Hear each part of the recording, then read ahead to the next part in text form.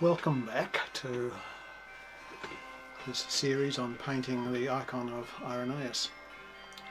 We're up to episode 6, which is quite a long way in, quite a lot of episodes.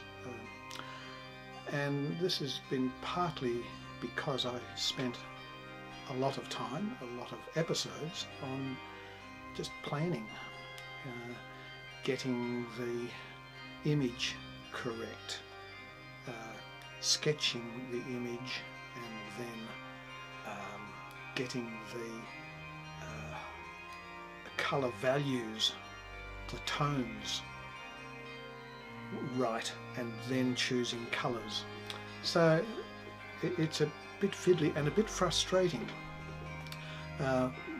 Painters usually like to paint, and the amount of time that it takes to get ready for painting can be a bit frustrating, but it's worth taking the time.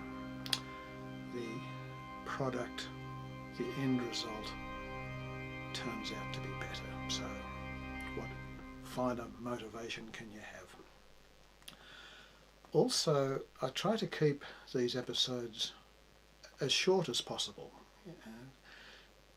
Taking a long time to look at this kind of material is tedious, and that's of course why I speed up the playback, usually by 4 times, sometimes more, but usually just 4 times the normal speed, and then at that speed you can really catch on to what's going on, I hope.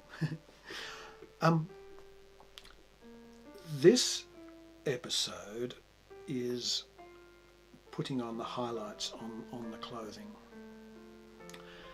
and basically it's progressively adding titanium white to the base colour.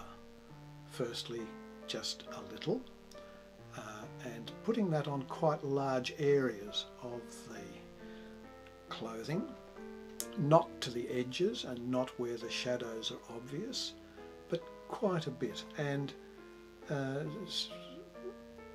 it is noticeable, but not very noticeable. And then a subsequent highlight will have a little bit more titanium white, but the coverage area is less. But very importantly, at all these levels, blending the new layer so that it fades towards the old layer is what we're aiming for.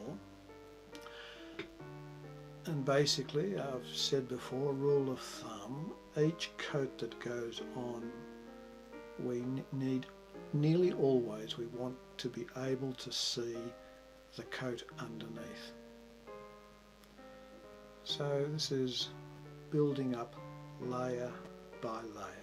We will see later on, when we're in another episode, when we're painting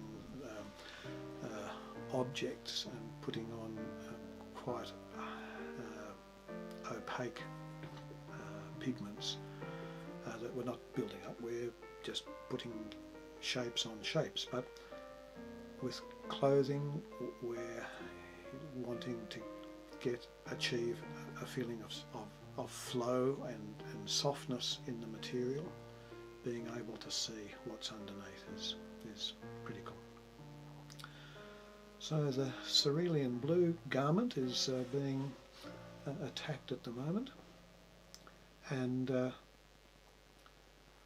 one of the things that I learned recently in a workshop, this is when I was learning about the proportions of a body being 8 head lengths high, that even where there are flowing garments that are covering the legs completely, it's worth remembering that there are legs underneath that clothing, particularly that there are knees. So on the saint's right knee, to our left, working out where the knee would be there and giving it a bit of highlight. And even on the part under the knee, giving some shape to the calf, some shape to the leg. It's not very obvious. You don't notice it unless it's pointed out, but in fact just paying attention to that kind of detail can make, I've found, quite a bit of difference. Also, I like the way so often in these icons, it happens particularly with women icons where you're doing full length, but here in this instance, this Bishop Irenaeus, where the garment is so long that the hem curls back, and see on the left, our left side, how the garment sort of curls up and flows around itself.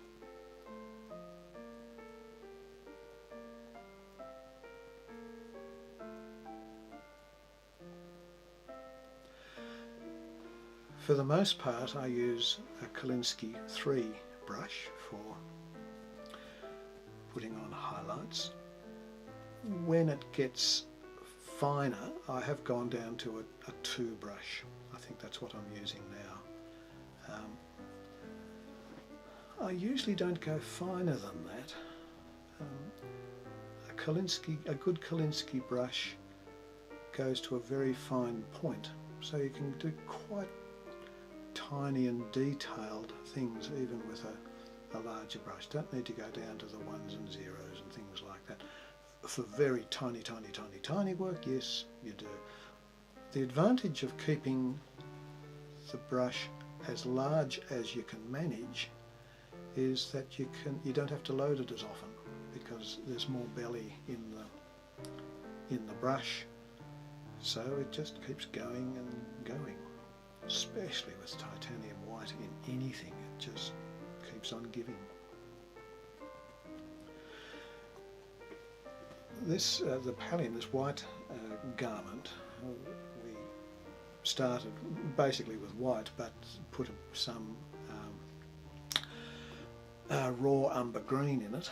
I like raw umber green for knocking white back. It makes a nice grey. But for putting on these first coats, I'm using, it is just pure titanium white, but a bit diluted, so that it's not dazzling white as it goes on. You can still see that greyness of the raw umber green underneath, and I think that works well.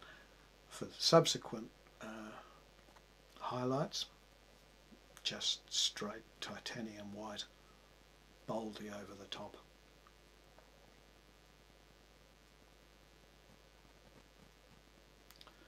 Do we need to leave where the shadows are?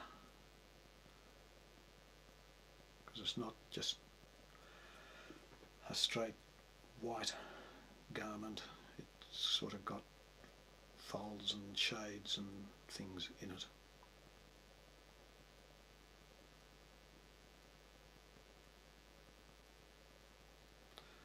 Coming up a bit closer there so you can see more detail in working with the smaller brush. Pure titanium white.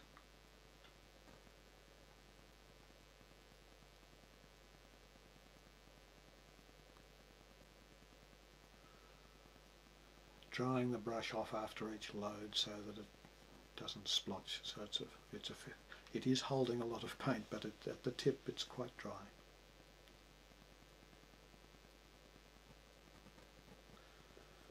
I'm not copying the model slavishly, but I am keeping an eye on it. It's got some good hints about how the light works, particularly where garments change direction. In that pallium, how it swoops down and then up again on itself, and how it curls around behind the shoulder of the saint.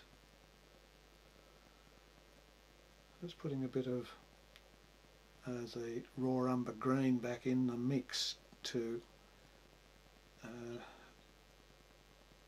define the edges again.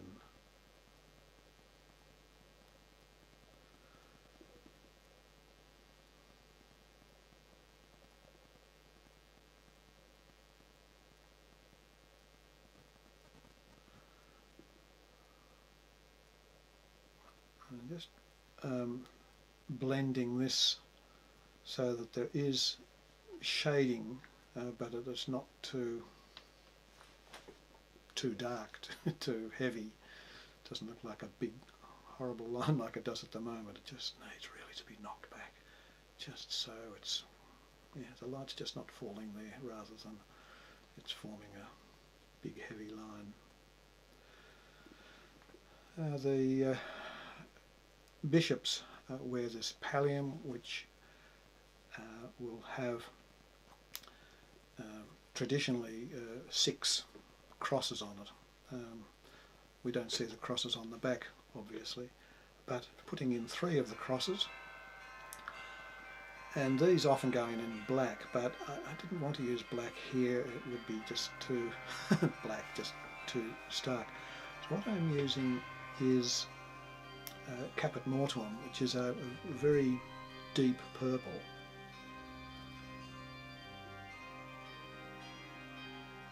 So that it's really dark enough to stand out, but it kind of also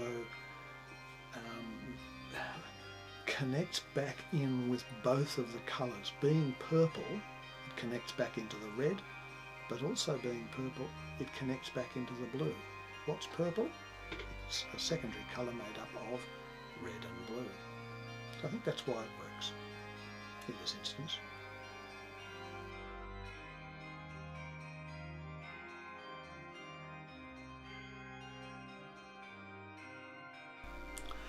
So that's our highlights. Next episode we will put details on the decorations. See you then.